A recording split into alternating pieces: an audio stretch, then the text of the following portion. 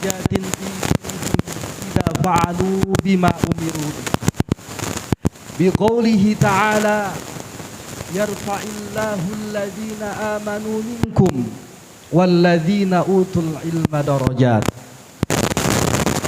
wa man akhadha al-ilma faqad akhadha bihadzin wafirin liqaulihi sallallahu alaihi wasallam innal anbiya lam yuwarrithu dinaran wala dirhaman innama warrathu al-ilma faman akhadha bihi akhadha bihadzin wafirin. Sadaqallahul azim wa ballagha rasuluhu habibuhun nabiyul karim wa nahnu ala dzalika minasy syahidina wasyakirina walhamdulillahi rabbil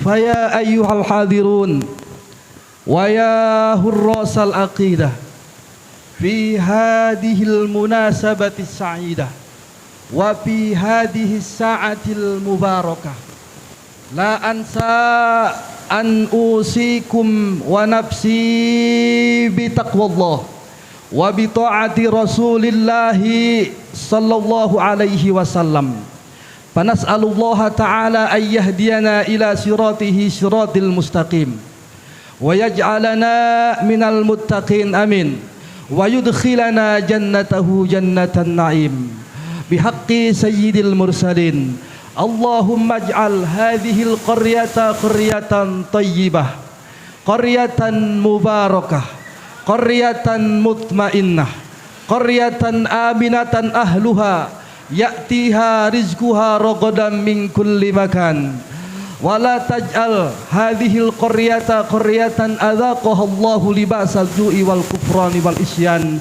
walhamdulillahi rabbil Ahibba'il kiram yang sama sangat kita muliakan, kita hormati dan kita pastinya minta doanya kepada beliau. Pertama, yang alhamdulillah guru kita telah memberikan tausiah kepada kita, mudah-mudahan ada manfaatnya bagi kita.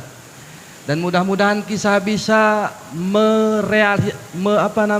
melakukannya, merealisasikan di kehidupan kita sehari-hari. Beliau adalah imam besar Masjid Al-Muhajirin dan juga kepada Ustadz Lukman Nurwasid sebagai Dewan Syuro dan juga Bapak Joko Santoso yang kebetulan beliau sebagai Ketua RW 2 ya, dan tak lupa kepada Bapak Tatang Suhendar dan juga merangkap sebagai Ketua RW 1. Mereka guru kita, orang tua kita yang selalu membimbing kita. Mudah-mudahan Allah selalu limpahkan rahmatnya kepada beliau semuanya dan kepada keluarga-keluarganya, kepada turunan-turunan. Semua apa yang menjadi jejak langkahnya para beliau sekarang. Ya Rabbal. Dan juga aparatur pemerintah, khususnya Bapak Kepala Desa, Bapak Dayari, yang alhamdulillah beliau telah semangat duduk bersama dengan kita di tengah-tengah kesibukan. Namanya juga Kepala Desa, banyak sekali kesibukan yang kita tidak tahu. Tapi alhamdulillah pada hari ini, hari Ahad yang sangat cerah ini, beliau telah menyediakan bersama dengan kita walaupun hanya mempunyai satu badan, tetapi masyarakat banyak yang membutuhkan. Semoga ada dalam kekuatan. Ya Rabbal, selalu membuat bijak di dalam keputusan dan selalu mengayomi masyarakatnya. Amin ya Allah ya Rabbal. Dan juga kepada Ketua DKM Masjid Al-Muhajirin yang sangat saya hormati dan alhamdulillah beliau menjadi salah satu wasilah hadirnya saya di tempat ini. Hakikatnya adalah izin Allah. Dan juga kepada pengurus Masjid Al-Muhajirin dari semuanya yang tidak bisa saya sebutkan, mudah-mudahan menjadi bekal buat masuk ke dalam surganya Allah Subhanahu wa ta'ala. Dan yang terakhir kepada Ibu Teteh protokol yang telah memberikan hormat dan waktunya kepada saya, pada Koriah tadi yang saya tidak sempat menghadiri, dan juga wabil khusus nih sebelum kita para hadirin kita beri penghormatan termulia kepada kameramen. Berkat beliau seluruh seisi alam dunia ini bisa menyaksikan aktivitas kita sekarang. Mudah-mudahan beliau kameramen sing dipanjangkan umurnya, amin. Kita semua sudah meninggal, dia hidup sendirian, amin ya Rabbal. Dan juga yang terakhir kepada ibu-ibu, bapak-bapak, para pemuda, para pemudi, para mahasiswa, mahasiswi, karyawan, karyawati, yang alhamdulillah kita semua kompak mengikuti, menghadiri, bisa meramaikan ini acara, berkumpul di Masjid Al-Muhajirin. Saya mengingatkan kepada diri saya dan khususnya kita semua umumnya, pertama kita niat iktikaf ya di ini masjid, kita punya wudhu, masuk ke dalam masjid, membaca doa, duduk sambil niat iktikaf, agar duduk kita tidak sia-sia, agar duduk kita setiap detiknya dicatat oleh malaikat. Karena sebagaimana di dalam kitab-kitab salafus sholihin, di dalam kitab Al-Bujairemi ikna, bahwasannya malaikat setiap kali kita hadir di masjid, malaikat juga duduk di situ berdampingan dengan kita. Cuman kita tidak melihatnya, Bu, Pak. Bahkan ketika bapak-bapak mohon maaf, kentut, tahu kentut? Malaikat bisa mencium aroma baunya kentut bapak-bapak. Sehingga ulama menghukumi makruh kentut di dalam masjid. Bahkan bukan hanya sampai di situ, kita dimakruhkan membuka kepala kita. Karena malaikat ketika orang masuk ke dalam masjid, kepalanya dalam keadaan terbuka, malaikat tidak suka. Sehingga agama menghukumi makruh orang membuka kepalanya di dalam Makanya bagi ibu-ibu, bagi bapak-bapak nih khususnya yang tidak pakai kepala itu tuh ada tuh besek tuh, tutupin aja ke kepala, nggak apa-apa. Yang penting kepala tertutup. Sekalipun pakai plastik nggak apa-apa, daripada kita dibenci sama malaikat, bener nggak? Yang artinya setiap kali kita ke masjid, pertama lakukan adab-adab ketika berada di masjid. Insya mudah-mudahan kumpulnya kita semua di sini menjadi wasilah kumpulnya nanti kita di surganya Allah Subhanahu wa taala. Ya Rabbal. Dan juga terakhir yang terkhusus kepada panitia penyelenggara pengajian bulanan. Pengajian bulanan di Masjid Al-Muhajirin ini yang telah bahu-membahu berjibaku menyokong dan menyumbang dari segala elemen masyarakat yang di bawah naungan ketua panitia. Alhamdulillah pada hari ini kita bisa merasakan kesuksesannya ini acara. Dari pagi sampai sekarang, pertama tidak henti-hentinya dengan bacaan dzikir, tidak henti-hentinya dengan bacaan sholawat, tidak henti-hentinya dengan pengajian ilmu. Mudah-mudahan segala kerja keras panitia dalam mensukseskan ini acara, Allah balas dengan kebaikan yang berlipat-lipat ganda, yang akhirnya bisa membawa keberkahan ke dalam kehidupannya. Amin ya Allah ya Rabbal. Mohon maaf ibu bapak, saya sambil duduk nggak apa-apa Bu ya. Ya jadi saya kalau berdiri itu gemeteran. Belum biasa, saya masih belajar. Kelihatan kalau belum biasa itu gemeteran kalau lagi di tempat ramai. Jadi saya mohon maaf, ini bukannya tidak sopan kepada para guru. Saya duduk, saya merasa terharu, merasa bangga, merasa senang di tengah-tengah kesibukan kita. Hari Senin sampai Sabtu, Ahad kita adakan acara ini. Saya yakin semua ini adalah orang-orang sibuk, betul? Semuanya orang sibuk. Sibuknya apa? Masing-masing. Kalau dia pemuda dan pemudi pelajar, sibuk dengan belajarnya.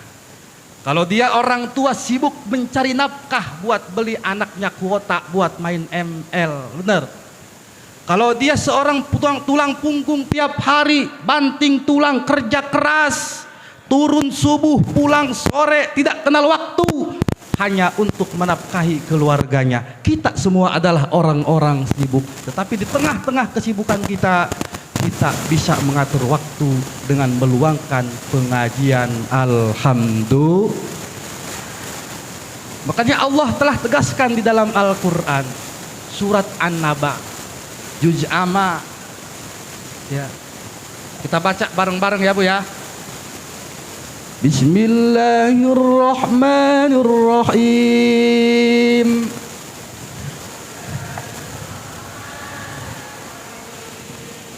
Waja'alna naumakum subata.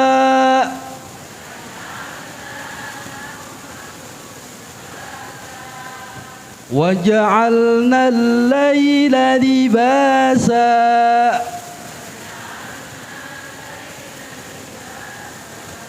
وَجَعَلْنَا النَّهَارَ مَعَاشًا.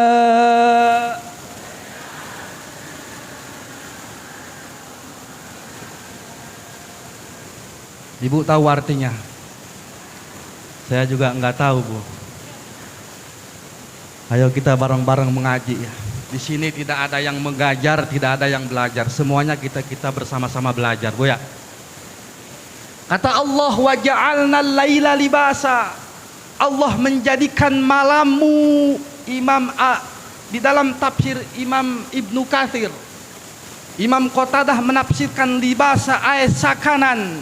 Allah menjadikan malammu sebagai tempat istirahatmu. Bahkan sebelum ayat ini Allah menegaskan, wa ja'alna naumakum subatan. Allah menjadikan tidurmu sebagai penghenti gerakanmu. Liyahsula hatu min kasroti tardad, di dalam tafsirnya. Ketika kita tidur, kita bisa merasakan istirahat yang luar biasa. Segala gerakan badan kita berhenti, kedipan mata kita berhenti, bahkan pendengaran, sehingga ucapan mulut hanya terdengar suara ngorok doang, Pak ya. Ada kedengar suara yang lain. Istirahat kita seketika tidur. Allah ternyata telah memuliakan hambanya dengan menciptakan yang namanya istirahat. Ibu-ibu biasa tidur jam berapa kalau malam? Gantung kon. Ada yang lagi waktunya sibuk, ada yang lagi waktunya senggang. Kadang-kadang kalau pekerja ada yang lembur, bener ya? Kita semua orang-orang sibuk. Kadang-kadang kalau bapak-bapak sebelum tidur merokok dulu, bener Pak ya? Nyari kawan dulu buat ngomongin orang. Ibu-ibu juga nyari kawan dulu buat ngobrolin kejelekan-kejelekan orang, bener gak sih? Sama saja berarti di sini ya? Subhanallah. Maka setahu saya, tidur itu ada 4. Pertama, mudah tidurnya, mudah pula bangunnya. Siapa itu? Mudah tidurnya, ngantuk langsung tidur kayak kucing, tahu nggak sih? Kucing kalau lihat karpet diusap-usap, plek langsung tidur. Ada orang seperti itu. Bangunnya juga mudah. Ada suara jatuh cicak jatuh dari atas ke bawah, ada suara kecil langsung bangun. Ada yang seperti itu di sini ada. Tapi dari mukanya kelihatannya kebluk semua di sini. Insya Allah tidak ya. Ada yang kedua. Tidurnya mudah, tapi bangunnya susahnya minta ampun. Sampai orang lain gempa pergi ke Jakarta, dia masih tidur. Tidurnya mudah, bangunnya susah. Ada yang ketiga. Tidurnya susah, cuman bangunnya mudah. Tidurnya susah, bangunnya mudah. Biasanya ini orang-orang pekerja karena pegel-pegel, badan tidurnya susah. Pas bangun, alhamdulillah mudah. Ada yang keempat. Ini biasanya orang-orang yang masih muda, masih remaja, udah lewat dewasa belum. tidurnya susah, bangunnya susah. Itu kayak suami ibu kayak gitu ya? Enggak. Jujur aja sih, Bu. Bu, suaminya ada nggak di sini? Ada. Ada nggak yang suaminya nggak ada di sini? Ada.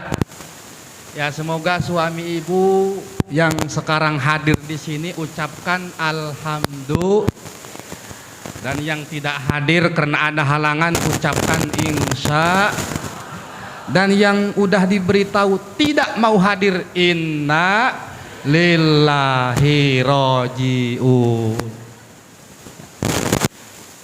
Itu biasanya sepengalaman saya, itu biasanya anak-anak pelajar susah tidurnya, bahkan kalau belum jam 3 malam susah tidur. Saya dulu sebelum menikah pernah mengalami pada suasana itu, pada waktu itu susah tidur. Mending kalau kayak ibu-ibu, kalau kayak bapak-bapak ngerjain tugas, ngerjain soal, mutolaah kitab kayak guru-guru kita, begadang tiap malam, tidur hanya secukupnya, selebihnya penuh kajian-kajian ilmu agama.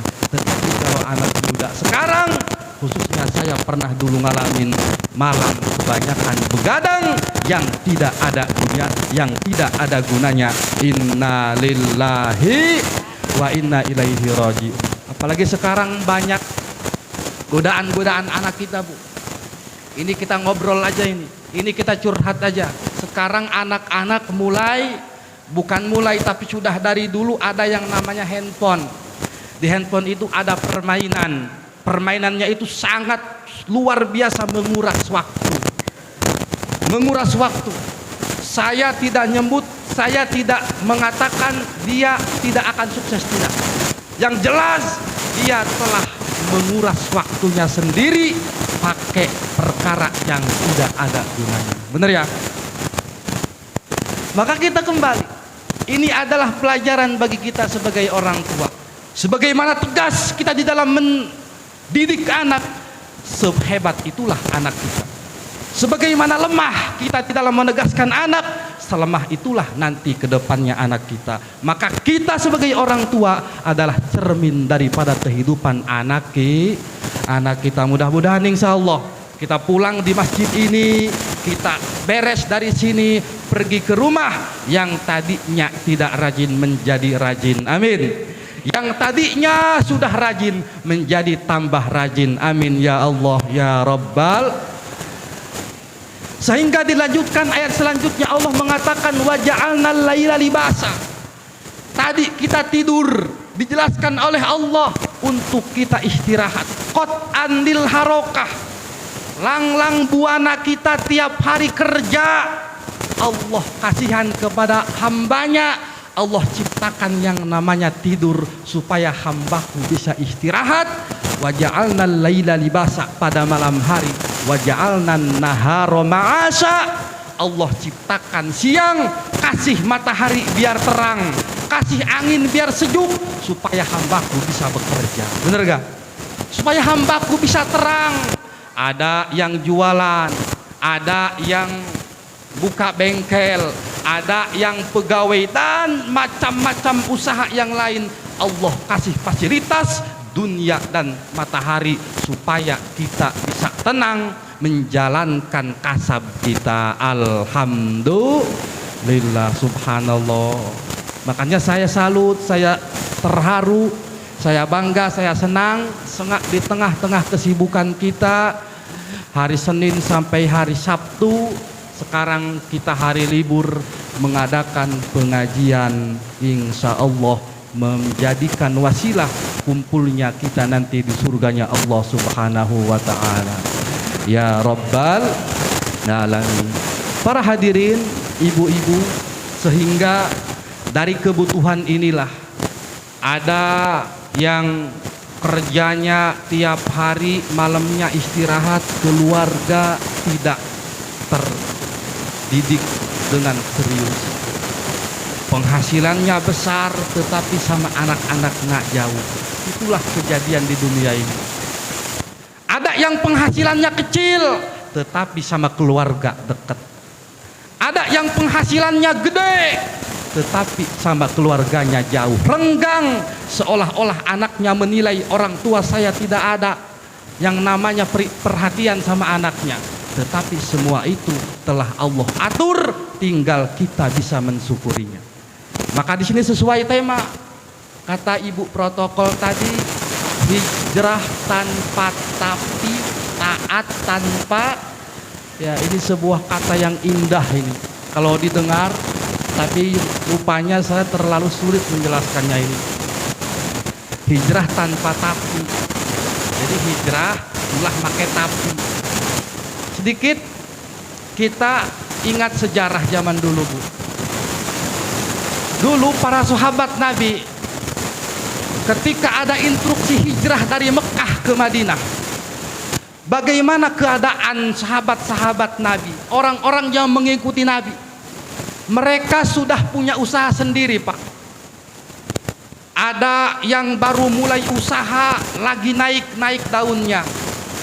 Ada yang jualan telur sama kayak di Permai. Ada yang jualan bakso, Bu, zaman dulu. Ada yang baru mulai usaha, baru merintis, lagi mau naik-naiknya, ada instruksi hijrah. Peternakan besar, ada instruksi hijrah. Berat di dalam hati, ya Allah, ketika saya hijrah, usaha saya ini bisa-bisa bangkrut, terbengkalai. Ada perasaan berat di dalam hati mengikuti hawa nafsu. Bahkan keluarganya yang disayang, dia diajak hijrah, tidak mau. Saya milih di sini aja. Di sini usaha saya sedang maju-majunya, di Madinah belum tentu. Di sini mah masyarakatnya baik-baik, uangnya banyak, pekerja pabrik semua, pekerja pengusaha semua. Di Madinah mah miskin-miskin, nanti kalau kita jualan siapa yang mau beli? Paling yang ada juga diutang. Ya Bu ya. Sehingga berat meninggalkan usaha-usaha yang telah dijalaninya. Tetapi dengan cintanya yang pertama kepada Allah, yang kedua kepada Nabi, patuh dan taat kepada Nabi. Nabi instruksi hijrah semuanya, tanpa tapi, tanpa nanti. Peternakan usaha keluarga ditinggalkan untuk mengikuti peraturan yang telah dibuat oleh Kanjeng Nabi Muhammad Sallallahu Alaihi Wasallam. Tidak ada kata tapi. Secara pikiran berat, Bu. Pertama, tempat tanggal lahir kita di situ. Kedua, keluarga kita di situ. Ketiga, usaha kita di situ. Lagi naik-naiknya mau ditinggalin begitu saja. Udah mah susah merintis usaha, bener Pak? Ya Allah, jatuh bangun aku, membuat usaha dan sebagainya. Pas udah maju ditinggalin. Kira-kira kalau Bapak bisa nggak kayak gitu? Ini kita buka-bukaan aja, jujur aja nih. Bapak nih usaha ketoprak misalkan nih, merintis dari awal sampai punya kios, sampai bercabang-cabang, ditinggalin mau hijrah ke Jakarta. Kata Pak Kades di sini mah udah nggak aman. Contoh ini mah, contoh kita hijrah ke sana. Kira-kira Bapak siap gak? Siap gak? Insya bohong aja bapak-bapak. Ibu lagi buka usaha, keluarga banyak di sini, penghasilan lumayan gede, 100 juta per hari. Ada nggak yang segitu ada? 100 juta per hari. Tapi ada instruksi hijrah ke kampung, ke Garut sana, karena alasan di sini sudah tidak aman. Contoh ini mah contoh. Tapi insya Allah di sini mah aman, sejahtera, amin. Ini hanya contoh. Kira-kira ibu meninggalkan sanak keluarga, baraya semuanya, saudara, perusahaan juga ditinggalin, pindah ke Garut, siap gak? Berat. Insya Allahnya bari dia. Berat Bu ya. Tetapi dulu para sahabat-sahabat Nabi tidak ada kata berat, tidak ada kata tapi. Subhanallah, mereka hijrah dari Mekah ke Madinah. Sehingga apa yang terjadi? Ternyata di Madinah ada yang disebut sahabat Ansor. Mereka menampung sahabat muhajirin yang dari Mekah. Sahabat-sahabat dari Mekah, kamu jangan takut di sini. Saya punya rumah 2, yang satu buat kamu. Orang yang ini saya punya rumah 4, yang 3 buat kamu, saya 1 saja. Saya punya istri 4, yang 3 silahkan kalian yang mau, saya cukup 1. Saya punya harta, bagi 2. Luar biasa. Di tengah-tengah, luar biasa, di tengah-tengah, tapi mau hijrah ada yang ditinggalin. Ternyata pas sudah nyampe puncak ada balasan dari Allah Subhanahu wa ta'ala. Jelas di dalam Al-Quran surat An-Nisa, Bu, ayat 10. Wa man yuhajir fi sabilillahi yajid fil ardi muraghaman wa sa'ah. Barang siapa yang hijrah karena Allah, hijrah di jalan Allah, nanti Allah akan kasih pertama wasa'ah, keleluasan rezeki. Ya Rabbal, makanya kalau dulu hijrah itu dari Mekah ke Madinah pindah tempat. Kalau sekarang mungkin kita tidak usah pindah tempat, udah mahal sekarang tanah, Bu. Masya Allah, per meter juga nyampe jutaan. Kalau di saya di kampung masih murah. Di kampung di Rangkas itu tanah per meter paling 300.000, 200.000. Apalagi yang tidak ada jalan motornya paling 50.000 juga gagah itu tanah 1 meter. Tapi di sini saya dengar luar biasa. Maka sekarang hijrahnya kita bukan secara pindah tempat, tapi dari tadinya tidak baik menjadi, dari tadinya sudah baik menjadi tambah. Itu hijrahnya kita sekarang. Karena kenapa? Lingkungan kita mempengaruhi. Makanya kenapa di sini temanya hijrah tanpa tapi. Kadang-kadang kalau saya pakai kerudung nanti diomongin sama tetangga saya. Kalau saya ikut pengajian nanti film sinetron di TV ketinggalan, banyak tapinya, bener gak, Bu? Banyak tapinya sehingga hijrah yang harusnya terjadi tidak terjadi karena banyak tapi ini, tapi itu dan sebagainya. Makanya di sini insya Allah pulang dari sini kita tidak kenal yang namanya tapi, insya Allah. Sholat tanpa melihat orang lain, ngaji tanpa dengar.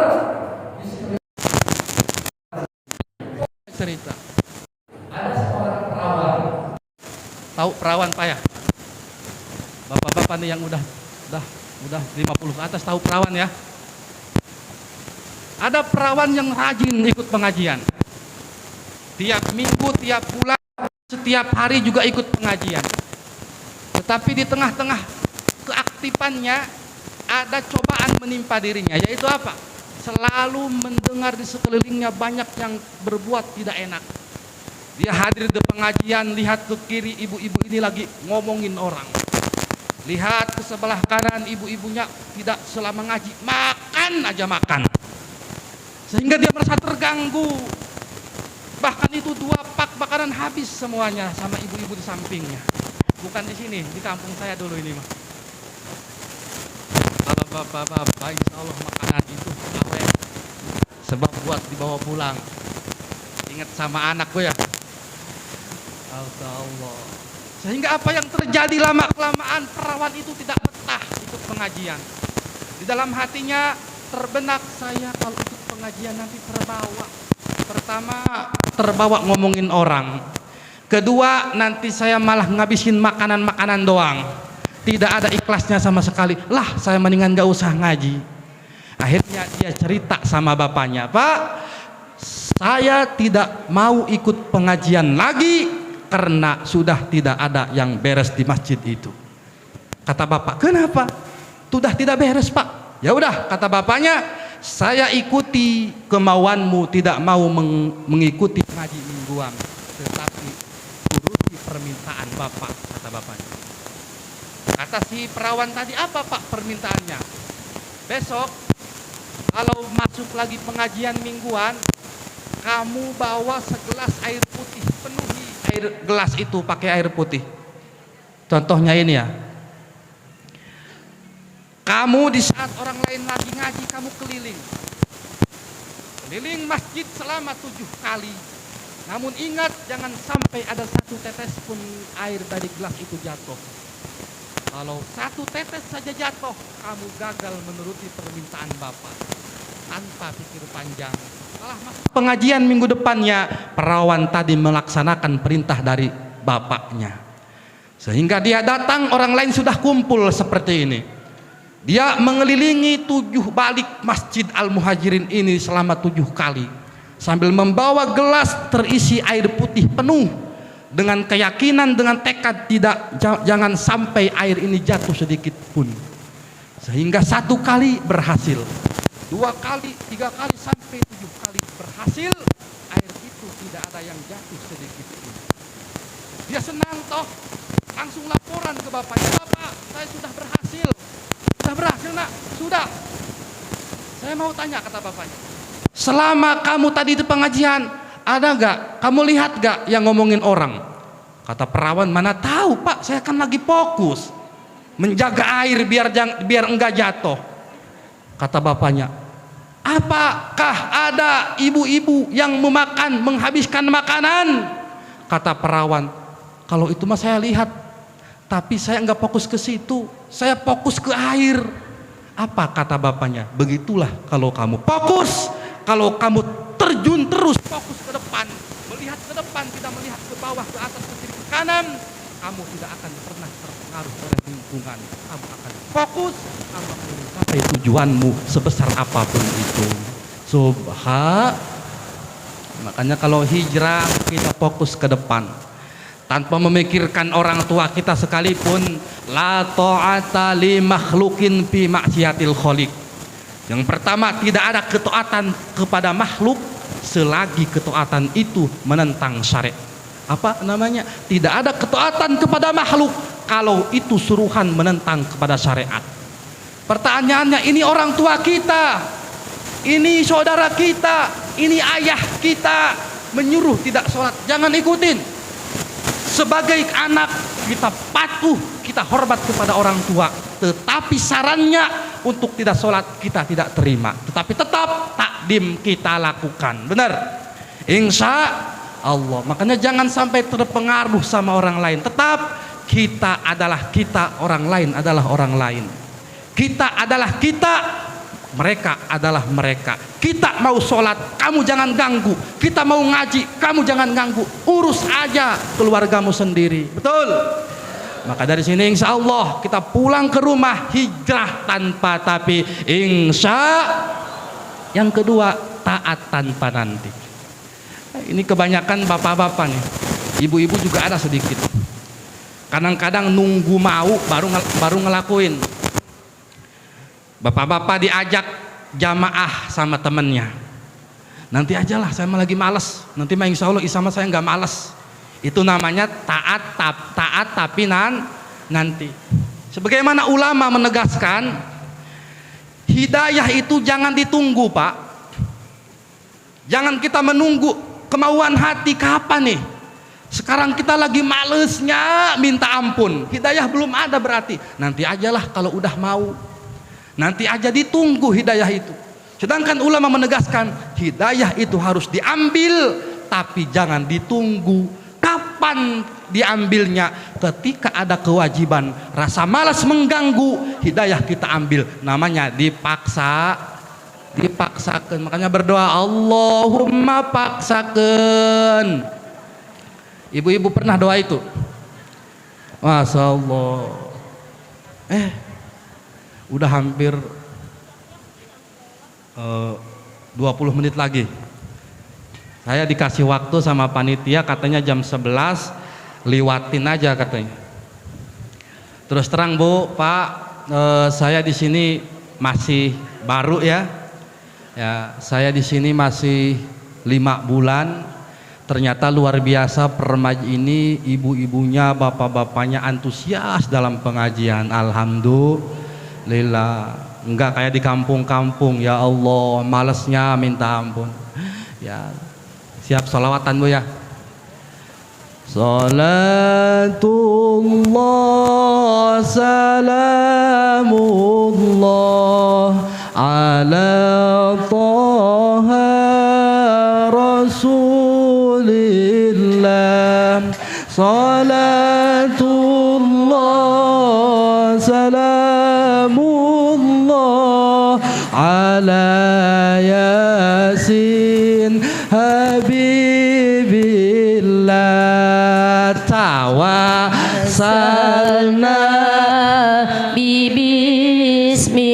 bismillah wa bil hadi rasulillah wa kulli mujahidin lillah bi ahlil badariyah Allah salatullah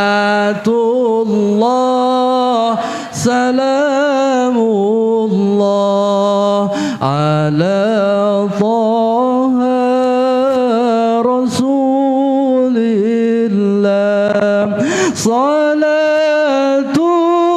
salatullah salamullah ala yasin habibillah ilahi salimil ummah minal afati wan niqmah wa min hammi wa min hummah bi ahlil badriyah Allah salatullah salamullah ala taha rasulillah salatullah salamullah ala yasin habibillah telah datang waktu asar ibu-ibu pergi ke pasar ketinggalan sholat asar itulah ibu kesasar salatullah salamullah ala taha rasulillah salatullah salamullah ala yasin habibillah telah datang waktu maghrib bapak malah ngagidig ketinggalan sholat maghrib itu bapak anaknya jurig salatullah salamullah ala taha rasulillah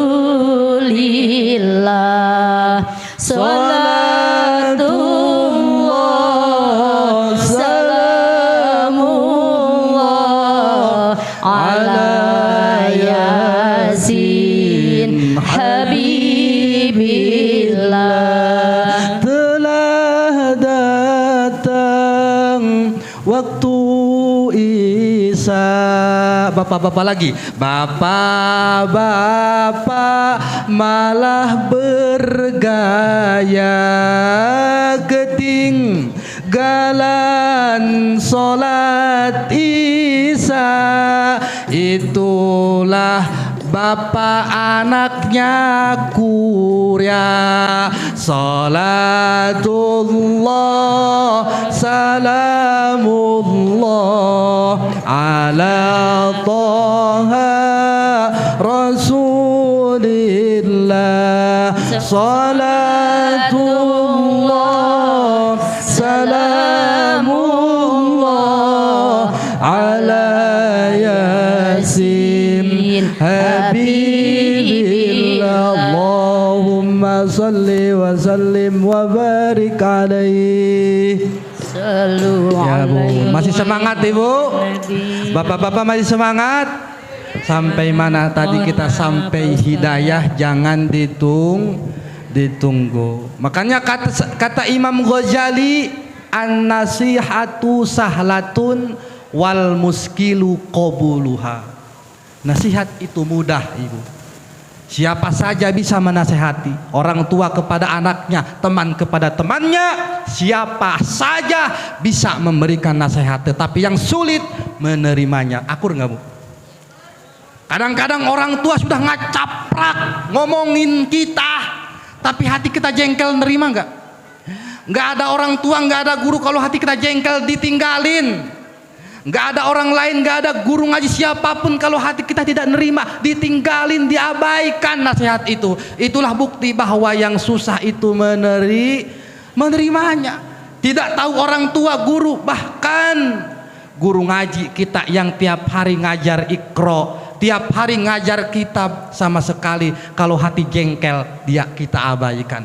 Itulah bahwa nerima nasihat itu sangat sulit. Makanya yang namanya taufik hidayah itu yang punya hanyalah Allah Subhanahu. Kita tidak punya hidayah Bu, kita tidak punya taufik. Jangan maksa anak sampai anak dibanting karena tidak nurut. Kenapa? Yang punya hidayah Allah kok. Kita hanya mendidik, hanya menegur, jangan sampai ada kekerasan karena tidak mau nurut. Justru ketika ada kekerasan malah kitanya yang salah. Sampai anaknya banyak yang meninggal karena kekerasan dari orang tuanya. Makanya Bu, Pak, bagaimana cara mendidik anak yang baik? Kita belajar kepada kiai-kiai kita di kampung. Khususnya insya Allah Imam besar Masjid Al-Muhajirin akan selalu mengayomi kita, mengajari kita, memberikan nasihat kepada kita setiap hari, setiap minggu, setiap bulan. Insya Allah ketika kita rajin pengajian akan tahu bagaimana cara mendidik anak yang baik. Kedua, ibu-ibu harus patuh, harus taat kepada suami Bu ya. Bu, kita hitung ibadah Bu ya. Ibu-ibu ibadah dari maghrib sampai isya, wiridan, sholat awabin 20 rakaat, sholat isya 4 rakaat, disusul sholat ba'diyah isya, witir sampai 11 rakaat, tengah malam bangun subuhnya 2 rakaat, bahkan wirid sampai terbit matahari, sholat duha 8 rakaat. Tetapi ngebantah, menentang kepada suami, leburlah amal ibu-ibu, puas Bu ya. Tetapi kalau ibu-ibu berbakti kepada suami, ibu-ibu nggak usah sholat sunnah ya. Ibu-ibu nggak usah yang namanya puasa sunnah, nggak usah ya. Nggak usah yang namanya sholat sunnah, nggak usah. Cukup menghormati, taat kepada suami. Bahkan ganjaran terbesar adalah bersedia menawari suami pada malam hari. Lebih besar daripada ibu sholat sunnah sekalipun 1000 rakaat. Lillah. Bu, yang kewajiban masak suami apa istri? Suami. Yang kewajiban nyuci suami apa istri? Yang kewajiban cari nafkah suami apa istri? Kebanyakan yang lakuin istri apa suami? Itu suami tahu diri enggak? Korban yang bilang Pak, semua korban semua tuh. Masak semuanya, cuci piring itu kewajiban. Tetapi kata Al-Quran, qanitat, istri hanya mematuhi suami. Kata suami istri cuci piring, wajib patuh.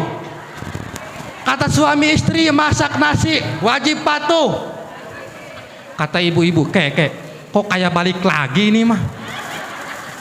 Aduh, tetap hidup bapak-bapak.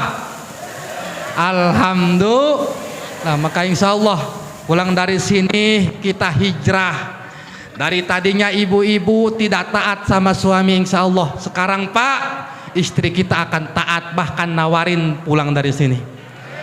Lebih besar dari sholat sun. Maka saya sangat kecewa, sangat prihatin kepada istri yang memikirkan sholat sunnah, memikirkan puasa Senin Kamis, tapi suaminya dibentak-bentak. Inna lillahi wa inna ilaihi rajiun. Ya Bu, cukup sampai di sini. Saya sebetulnya ini lagi UAS Bu, ujian akhir semester. Cuman saya tadi kesini dulu, saya pagi ke tempat kuliah, jam 9 saya kesini. Jadi karena emang UAS ini ngedadak, saya tidak tahu ternyata bentrok sama di sini. Tapi saya izin sama dosen, alhamdulillah diizinin. Maka saya dari sini langsung ke sana lagi. Mudah-mudahan semua yang saya sampaikan ada manfaatnya Bu ya. Pak, ada manfaatnya. Kalau memang ada yang salah itu timbul dari kebodohan saya pribadi. Kalau memang ada yang benar, kalau memang ada yang benar itu timbul dari Allah Subhanahu wa ta'ala. Maka sebelumnya kita langsung berdoa ya. Yang berdoa mudah-mudahan li'annal barokata fi khawatimil umur. Keberkahan itu adanya di penghujung acara. Dari awal kita pulang pertengahan, pas terakhir nggak dapat berkah. Tapi alhamdulillah kita dari awal pertengahan sampai akhir kita hadir, maka inilah momen kita mendapatkan keberkahan ada di penghujung acara. Mudah-mudahan semua amal ibadah kita diterima oleh Allah. Pulang dari sini, kalau kita punya hutang, Allah lunaskan hutangnya. Kita punya masalah, Allah bereskan masalahnya. Kita punya segala bentuk yang namanya itu dapat membuat pusing kepada kehidupan, Allah segera temukan solusinya. Ya Rabbal, ya Dzal Jalali wal Ikram. Allahumma salli ala Sayyidina Muhammad wa ala ali Sayyidina Muhammad salatan tunjina biha min jamil ahwali wal afat wa taqdi lana biha jami'al hajat wa tutahhiruna biha min jami'i sayyiat wa tarfa'una biha a'la darajat wa tuballighuna biha aqsal ghayati min jamil khairati bil hayati wa ba'dal mamat. Allahumma inna nas'aluka minan ni'mati tamamaha wa minal ismati dawamaha wa minar rahmati sumulaha wa minal afiyati husulaha. Allahumma khtim bis sa'adati ajalana. Allahumma khtim bis sa'adati ajalana. Allahumma khtim bis sa'adati ajalana. Waqrin bil afiyati guduwana wa asalana. Waqrin bil afiyati guduwana wa asalana. Waqrin bil afiyati guduwana wa asalana. Wasbub sijala afika, wasbub sijala afika, wasbub sijala afika. Allahumma ansurna nasran azija, wabtah lana fatham mubina.